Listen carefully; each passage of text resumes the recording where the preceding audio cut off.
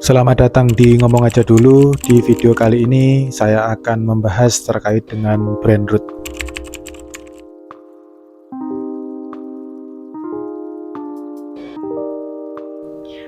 Istilah dari Brainroot ini akhir-akhir ini sering kita dengar ya, terutama di jagat media sosial.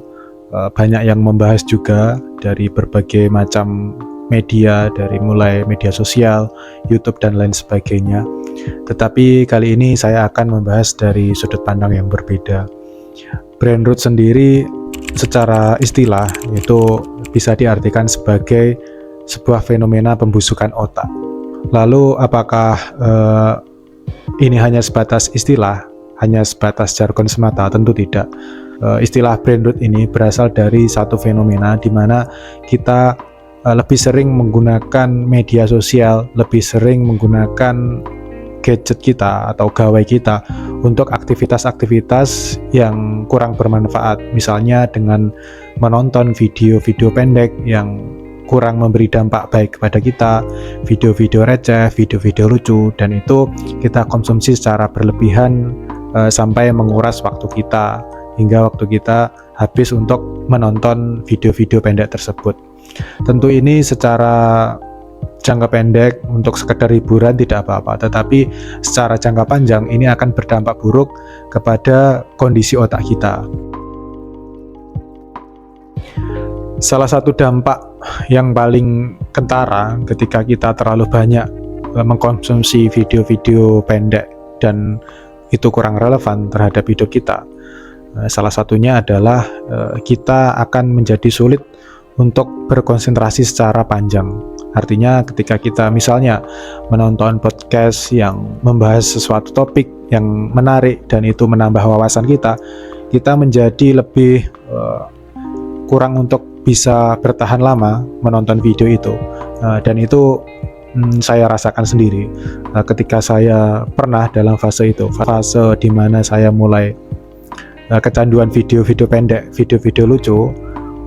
Kemudian saya mencoba untuk menonton video yang lebih panjang, misalnya podcast atau mungkin pembahasan suatu materi. Tentu saya menjadi susah atau sulit untuk mengikuti video panjang tersebut sampai selesai, karena otak saya sudah terprogram secara entah di alam bawah sadar saya bahwa mendapatkan sesuatu itu secara jangka pendek saja itu sudah bisa. Kenapa harus mencari video-video yang panjang? Mungkin seperti itu dampak yang mungkin saya rasakan secara pribadi. Kedua, menurut penelitian, selain mengurangi kemampuan untuk berkonsentrasi otak kita, terlalu banyak mengkonsumsi konten-konten yang receh akan membuat kita sulit untuk merasakan empati, sulit kita untuk menghargai sesuatu proses yang panjang dan lain sebagainya. Kemudian itu juga akan mengganggu siklus tidur kita ketika mungkin ya, ketika kita sebelum tidur mengkonsumsi konten-konten yang receh, itu akan kemudian kita akan kecanduan setiap mau tidur akan mengkonsumsi konten-konten tersebut. Kalau tidak mengkonsumsi konten-konten tersebut maka tidak bisa tidur, dan itu tentu secara jangka panjang akan mengganggu proses siklus tidur kita sehari-hari. Seperti itu. Dari 1 dan 2 dampak yang sudah saya aturkan itu saja, itu sangat mengganggu fungsi otak kita, atau setidak-tidaknya itu membuat otak kita bekerja kurang maksimal dalam penggunaan sehari-hari. Misalnya karena kita kurang mempunyai kemampuan untuk berkonsentrasi, maka kita akan sulit menerima esensi yang disampaikan, misalnya ketika kita mengikuti pelatihan atau kita mengikuti seminar, atau ketika kita sekedar ngobrol dengan teman yang itu butuh konsentrasi dan empati, kita mencoba untuk memahami apa yang disampaikan, kita menjadi kurang bisa menangkap apa esensi yang kita obrolkan dengan teman kita pada saat kita bertemu atau mengobrol dengan dia. Itu masih soal pertemanan, nanti lebih jauh mungkin kita akan sulit menangkap pembicaraan ketika kita ngobrol dengan pasangan. Kita sulit untuk mengkomunikasikan sesuatu permasalahan karena kita sulit untuk berkonsentrasi secara jangka panjang. Kita akan sulit menerima sesuatu informasi atau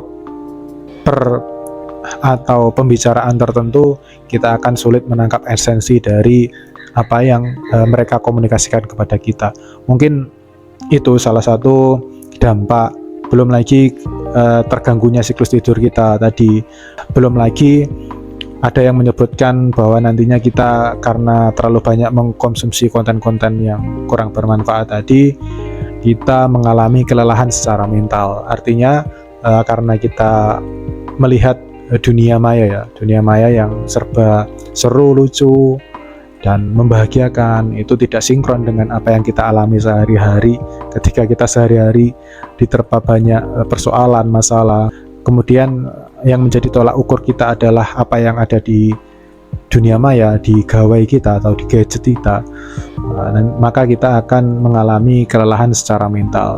Kita akan membandingkan kehidupan kita dengan kehidupan orang lain, atau membandingkan kehidupan kita di dunia nyata dengan kehidupan kita di dunia maya. Mungkin seperti itu. Banyak sekali dampak negatifnya. Lalu bagaimana solusinya? Ini berangkat dari pengalaman saya saja ya. Mungkin beberapa penelitian sudah banyak yang mengkaji, terus kemudian menawarkan beberapa metode. Tapi kalau berangkat dari pengalaman saya saja, mungkin yang bisa saya sarankan adalah yang pertama, kita mencoba aktivitas lain, alternatif aktivitas lain yang itu bukan kita berada di depan layar, tetapi aktivitas fisik.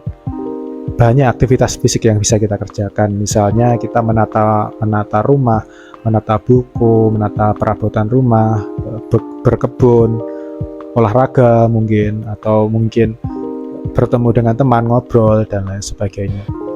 Metode yang saya terapkan sendiri itu saya suka, misalnya ketika di hari-hari tertentu, ketika ada waktu luang, saya habiskan untuk tanam-menanam misalnya.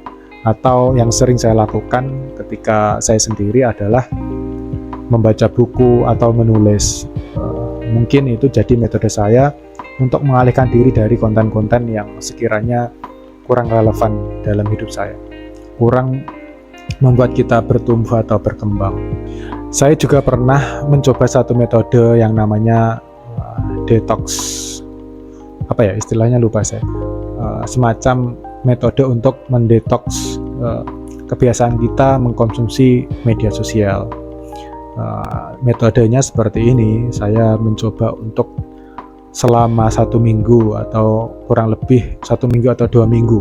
Waktu itu saya tidak pegang HP kecuali untuk hal-hal yang sangat-sangat urgent. Misalnya kalau mungkin buka WA untuk keperluan janjian atau mengabarkan sesuatu, saya mungkin tidak membuka HP.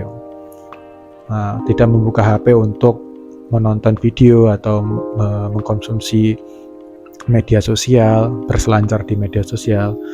Saya tidak melakukan itu selama 2 minggu, dan memang awalnya berat. Awalnya seperti kita kehilangan sesuatu dalam hidup kita. Tetapi setelah itu saya menjadi lebih mengerti apa esensi dari media sosial yang kita gunakan sehari-hari. Bagaimana kita bisa mengendalikannya, bukan kita yang dikendalikan oleh media sosial, bukan kita yang dikendalikan oleh konten-konten tersebut, tapi kita yang mengendalikan diri kita yang secara sadar mengkonsumsi konten tersebut karena kita tahu konten-konten tersebut bermanfaat untuk diri kita. Mungkin itu beberapa metode. Jika saya ringkas, pertama, lakukan aktivitas fisik untuk pengalian. Kedua, cari aktivitas yang sesuai hobi teman-teman. Kalau saya membaca atau menulis, berkebun juga, atau mungkin main sepak bola, futsal. Tapi futsal secara nyata ya, bermain sepak bola secara nyata, bukan bermain sepak bola di game. Itu beda lagi nih, sama saja. Lakukan aktivitas fisik. Dan yang terakhir, kalau sudah lumayan parah, kita harus menyadari dulu bahwa kondisi kita mungkin terlalu parah dalam mengkonsumsi media sosial atau konten-konten receh. Nah, kalau kita merasa itu sudah terlalu parah, kita yang saya terapkan dulu, kalian juga bisa menerapkan. Mungkin melakukan detoksifikasi tadi, berhenti selama kurun waktu tertentu untuk tidak pegang HP, untuk tidak buka media sosial, untuk menghapus semua aplikasi tersebut, dan hidup tanpa media sosial selama 1 minggu, 2 minggu, atau 1 bulan itu lebih baik. Semakin lama, semakin kamu bisa mengetahui apa esensi media sosial dalam hidup kamu. Mungkin seperti itu, dan sampai jumpa. Ini cerita saya di Ngomong Aja Dulu. Sampai jumpa di video berikutnya. Wassalam.